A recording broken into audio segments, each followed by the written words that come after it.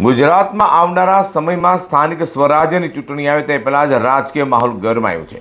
હાલમાં જામનગરમાં આમ આદમી પાર્ટીના ધારાસભ્ય ગોપાલ ઇટાલિયા પર કરવામાં આવેલા હિચકારો હુમલાના વિરોધમાં સુરતમાં આપ દ્વારા રવિવારે ડૉક્ટર બાબા સાહેબ આંબેડકરની પ્રતિમા પાસે વિરોધ પ્રદર્શન કરવામાં આવ્યું।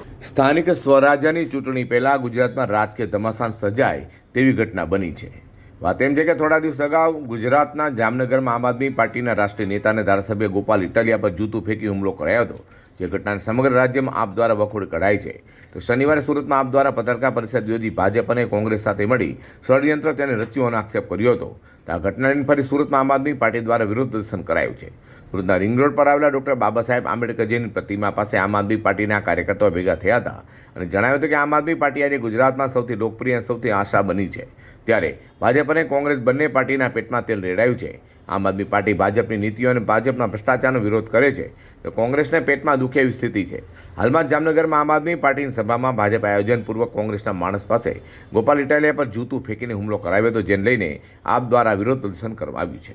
આમ આદમી પાર્ટીની ગુજરાત જોડો અભિયાન અંતર્ગત જામનગર શહેરની અંદર મિટિંગ હતી, સભા હતી અને સભાની અંદર કોંગ્રેસના ઘણા બધા નગરસેવકો આમ આદમી પાર્ટીની વિચારધારાથી પ્રેરિત થઈ અને આમ આદમી પાર્ટીના નેતા અને વિસાવદરના ધારાસભ્ય શ્રી ગોપાલભાઈ ઇટાલિયાની આગેવાનીમાં આમ આદમી પાર્ટીનો ખેસ ધારણ કરવા માટે જ્યારે ઉપસ્થિત હતા, ત્યારે ભારતીય જનતા પાર્ટીના ઈશારે કોંગ્રેસના એક કાર્યકર્તાએ ચાલુ સભા દરમિયાન આમ આદમી પાર્ટીના નેતા ઉપર બૂટનો જે ઘા કર્યો છે એ લોકશાહીમાં ક્યારેય ચલાવી લેવાય એમ નથી।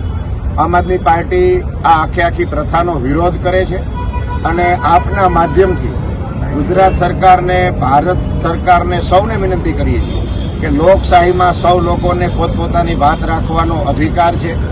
સરકારની નાકામયાબી, સરકાર જે બાબતે નિષ્ફળ ગઈ છે એ બાબતને ઉજાગર કરવાની જવાબદારી હંમેશા વિપક્ષની રહી છે અને એ જવાબદારી ઉજાગર કરવાના સમયે સભામાં એક કાર્યકર્તા આવે છે, પોલીસ તંત્રની હાજરીમાં આવે છે અને અમારા નેતા ઉપર, ધારાસભ્યો ઉપર અને ગુજરાતના સૌથી યુવા ધારાસભ્ય અને સૌથી લોકપ્રિય ધારાસભ્યો ઉપર જ્યારે બૂટનો ઘા કરે છે તો એ હંમેશા નિંદનીય હોય છે। પરંતુ આવું બન્યું કેવી રીતે એવું જાણવા મળ્યું છે કે ભારતીય જનતા પાર્ટીના એક ધારાસભ્યના ઈશારે કોંગ્રેસના એક કાર્યકર્તાએ આ ઘટના આખી ષડયંત્રના ભાગરૂપે ભજવેલી છે। ગોપાલ ઇટાલિયા પર જૂતું ફેંકવાની ઘટનાના વિરોધમાં આપ દ્વારા વિરોધ પ્રદર્શન કરવામાં આવ્યું હતું, જેમાં મોટી સંખ્યામાં આપના નેતાઓ અને કાર્યકરો જોડાયા છે।